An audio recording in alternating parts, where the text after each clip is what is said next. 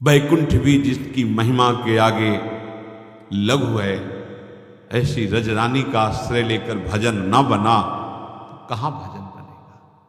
इसलिए सावधान होकर अपने जीवन के सौभाग्य को और बढ़ाओ, पतित मत होने दो। बहुत बढ़िया अवसर है। ये लुभावनी माया के द्वारा फेंकी गई ऐसे पासे हैं, ऐसे जाल हैं जिनमें तुम हार ही जाओगे यदि स्मरण नहीं रहा तो। और अगर स्मृति चल रही प्रिया प्रीतम की, फिर कोई बाधा तुम्हें हरा नहीं सकती। जहां राधा वहां कोई बाधा नहीं। हर समय चलता, उसे महासुख प्राप्त होता है। श्री भगवान कह रहे युञ्जन्नेवं सदात्मानं योगी विगत कल्मषः सुखेन ब्रह्म संस्पर्श मत्यंतम सुखमश्नुते। तुम अपने आप को सदा आराध्य देव में लगाते हुए पाप रहित हो जाओ। आराध्य देव में तो लगने की चेष्टा करते हैं, पर दूसरा शब्द जो है पाप रहित हो जाओ, उसमें हम ध्यान नहीं देते। पूज्य श्री राधा बाबा, आप तभी समझना कि आप आराध्य देव के भजन में प्रवेश पा गए हैं जब स्वप्न में भी आपको काम विकार न सताए। ध्यान से, जागृत की बात नहीं कह रहे। आपके स्वप्न भी काम वेदना युक्त नहीं होंगे जब आपका भजन में प्रवेश हो जाएगा। जागृत की कौन कहे। दूसरा, स्वप्न में भी कोई कितना सताए तो उस पर स्वप्न में भी क्रोध नहीं आएगा। तीसरा, बड़े से बड़ा प्रलोभन प्राप्त होने पर स्वप्न में भी तुम्हारा वैराग्य सुरक्षित रहेगा। स्वप्न में भी तुम किसी लोभ प्रवृत्ति से डिगोगे नहीं। तब जानना कि भजन में प्रवेश हुआ है। एक बार पूज्य श्री उड़िया बाबा जी ने स्वप्न देखा। एक दरवाजे पे गए, भिक्षाम दे, बहुत सुंदर नवयुवती स्वर्ण आभूषणों से अलंकृत स्वर्ण की थाल लिए और उसमें बड़े रत्न आदि। बाबा पीछे हटे और कहा कि मुझे तो माधुकरी चाहिए, ये सब नहीं। हटने लगे तो देखा कई घरों से ऐसी सुंदरियां निकलकर आसपास से घेर लिए। बाबा भागे, आंख मूंद करके भागे, और जब बहुत दूर निकल गए तब आंख खुली उनकी, तो देखा ये तो स्वप्न था। तो शांति मिली कि चलो, स्वप्न में भी मन ने प्रतिग्रह स्वीकार नहीं किया। मन में कहीं किसी सुंदरी के प्रति आकर्षण नहीं हुआ। जो राधा बाबा कह रहे समझो, तब माना जाएगा कि आपका भजन में प्रवेश हुआ है, आप निष्पाप हो रहे हैं जब स्वप्न में भी आपको काम वेदना परास्त न करे। स्वप्न में भी आपको सताया जा रहा है पर क्रोध नहीं आया। स्वप्न में भी आपको संपत्ति दी जा रही पर आपको लोभ नहीं आया। तब माना जाएगा कि भजन में प्रवेश हुआ है। समझो भजन क्या चीज है। जीवन आपका प्रभु के लिए है, इसलिए आप आत्म प्रवंचना मत करो। श्री कृष्ण के सौंदर्य के आगे साफ धूल धूसरित है, इसलिए किसी भी स्त्री पुरुष के सौंदर्य की तरफ मत देखो। पूज्य श्री राधा बाबा के वचन। ये मलिनता की गंध भी तुम में न रह जाएगी, तब तुम श्री कृष्ण की रूप माधुरी का पान कर पाओगे। कोई आकर्षण न रहने पाए, इसलिए संभालो। ये इधर उधर ताक झांक के तुम्हारा ही पतन कराने के लिए माया तुम्हारे नेत्रों में बैठ के कर रही। सावधान, कोई यहां देखने लायक नहीं है। अगर देखने लायक है तो प्रभु है। जनक जी की वाटिका में पुष्प संचय करने के लिए, गुरु सेवा के लिए प्रभु श्री राम लखन जी गए हुए थे। उधर जानकी जी गई थी देवी आराधना के लिए, तो एक सखी पुष्प लेने गई थी। उसने जे ही प्रभु को देखा, ऐसी प्रेम दशा उत्पन्न हुई, अश्रु प्रवाह विकलता। भाग के आई जानकी जी और सखी, क्या हुआ तेरे को? बस वो कहती देखने योग्य है, देखा है, देखने योग्य है, बस और कुछ नहीं बोल पा रही थी। कौन है? जानकी जी की सहेली महामहिम, वो विकल है, हम तुम तो जीव है। वो क्या कह रही? देखा है, देखने योग्य है, देखने योग्य। जानकी जी का क्या देखा है? तो कहती देखने योग्य ओ अश्रु प्रवाह।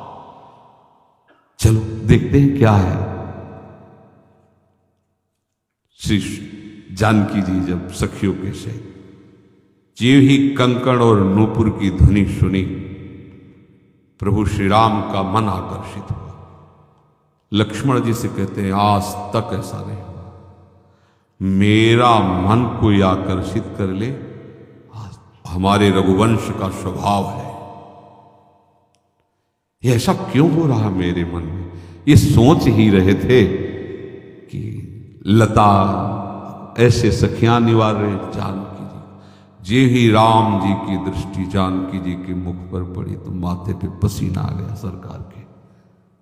सोचो ऐसे युगल मर्यादा पुरुषोत्तम और फिर महाप्रेम रस सिंधु युगल सी श्यामा श्याम, इनको देखने के सिवा और कुछ देखना?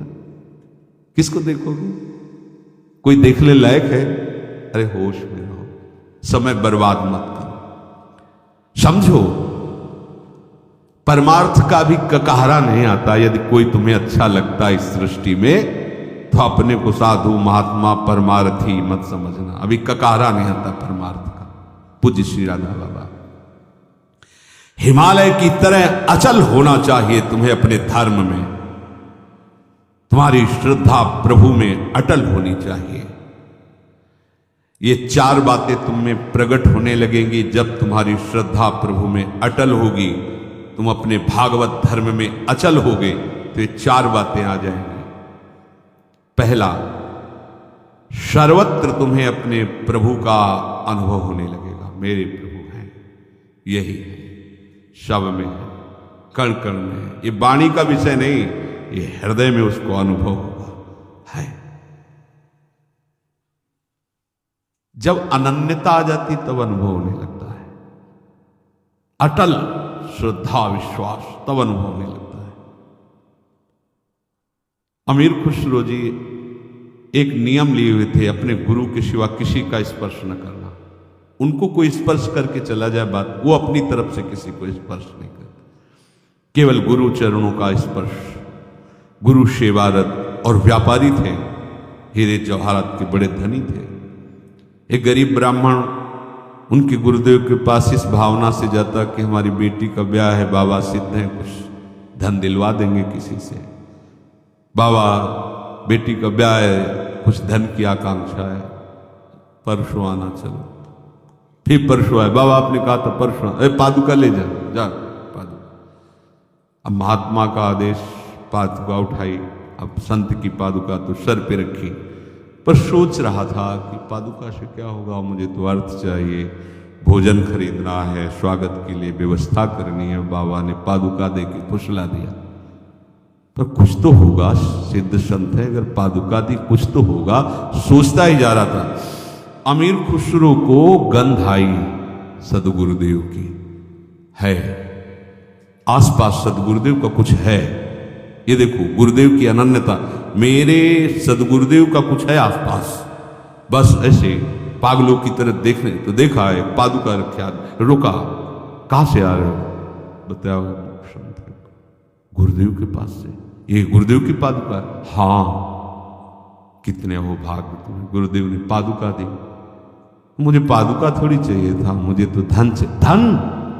इत्यारा ऊंटों पे हीरा जवाहरत लगा, मुझे पादुका देगा? वो ले लो, बोले ले जाओ, मैं नौकरों सही थी, सब ले जाओ। गए, पादुका, गुरुदेव पादुका, अच्छा रख दे। कितने की? 11 ऊँटों में सस्ते ले लिया, चलो। एक गुरुदेव की अनन्यता आभास करवा, मेरी गुरुदेव की कोई वस्तु है तो परम देव आराध्य देव में यदि तन्मयता हो गई तो वो तो कण कण में है, उपासक के हृदय में अनुभव मेरे प्रभु है। जैसे प्रहलाद जी को मेरे प्रभु है, यही है, मेरे पास है, उसको अनुभव में आता है। अगर दिखाई नहीं दे रहे तो फिर उनको शिकायत करता है, छुपा छुपी का खेल मत करो, मुझे आभास हो रहा है, हो यही, हटाओ ना ये पर्दा, हटाओ और बेपरद मेरे आंखों के सामने आओ, तुम हो, मुझे पता है हो। दूसरा, मेरे प्रभु सर्व सामर्थ्यशाली हैं, ये उसको हर क्षण रहता है। इसलिए ये मांगना, जांचना, चाह करना, छल कपट, चतुराई, क्रय विक्रय,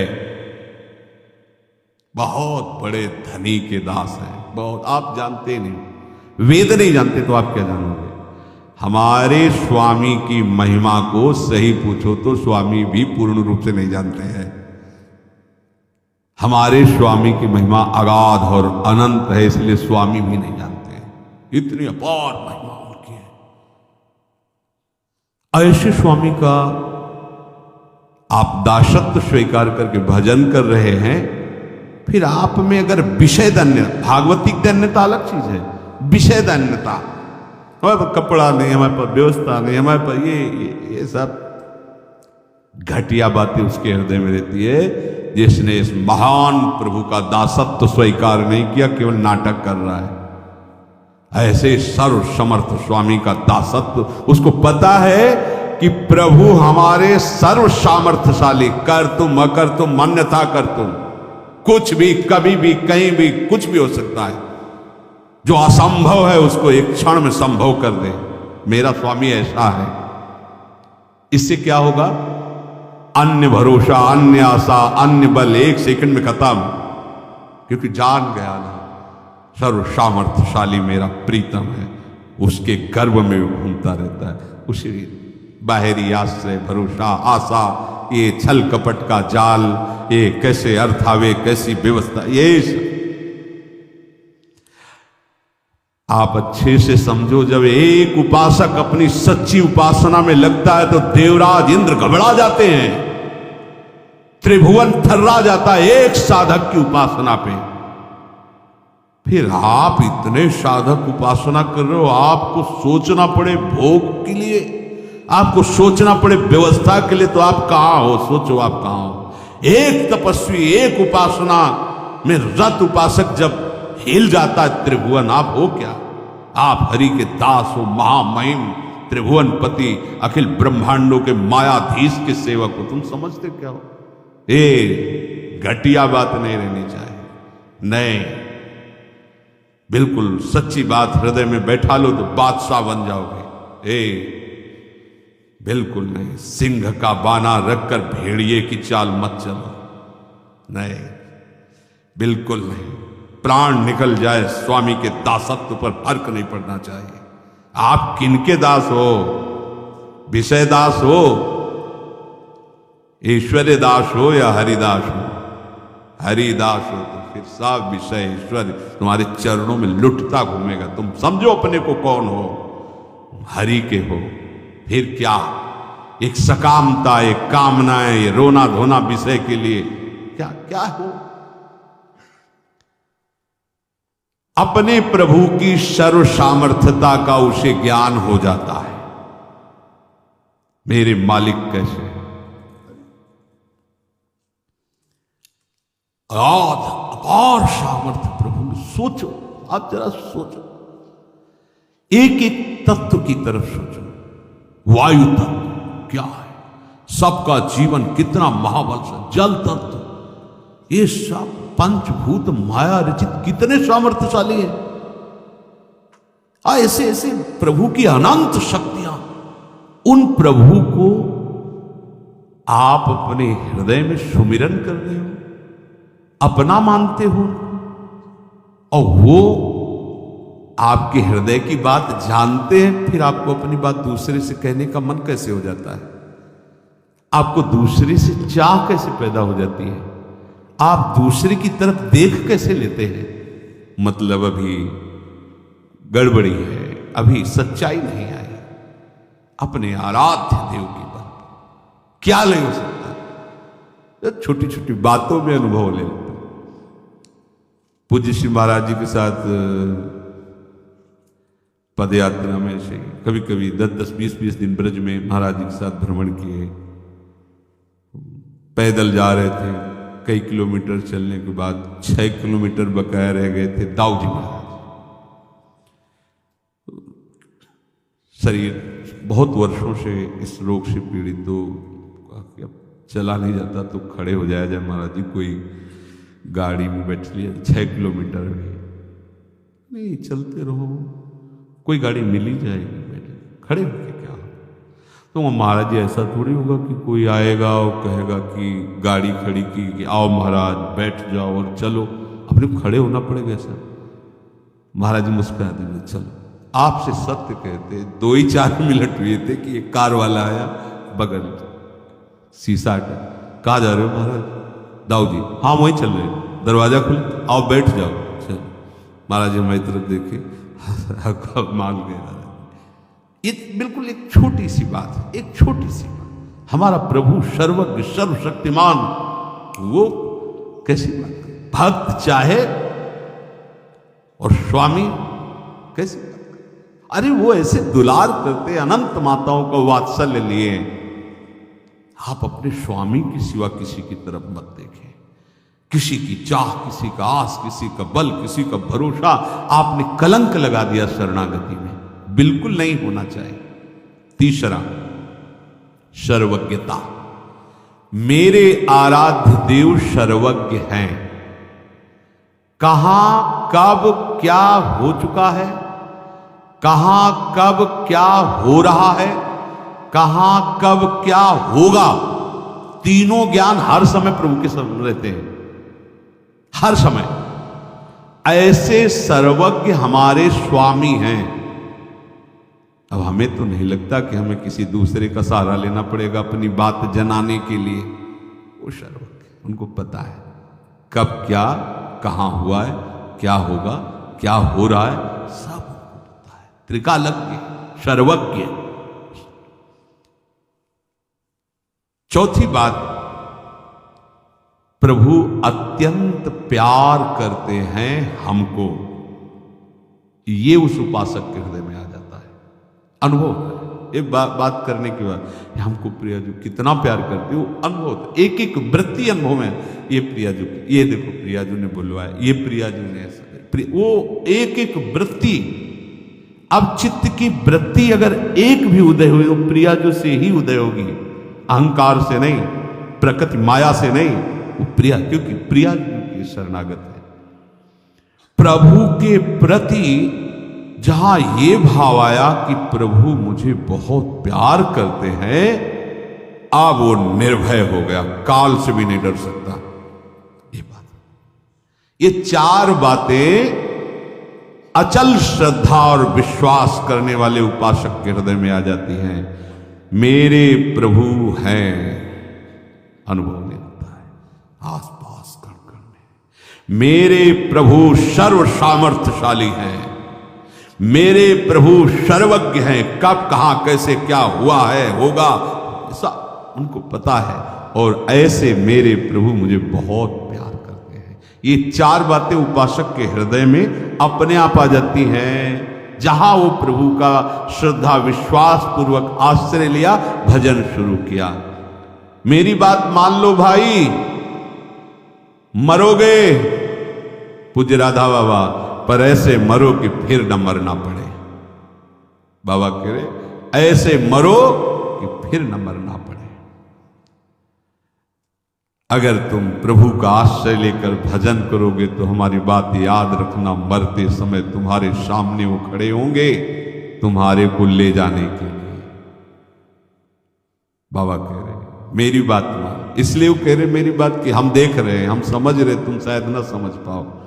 यदि तुमने भगवद आश्रय लिया है और ईमानदारी से भजन कर रहे हो तो विश्वास रखना, और कोई लेने के लिए तुम्हारे पास नहीं आएंगे, वही स्वयं आएंगे, मरते समय तुम्हारी आंखों के सामने खड़े होंगे और वो बहुत प्यार करने वाले हैं।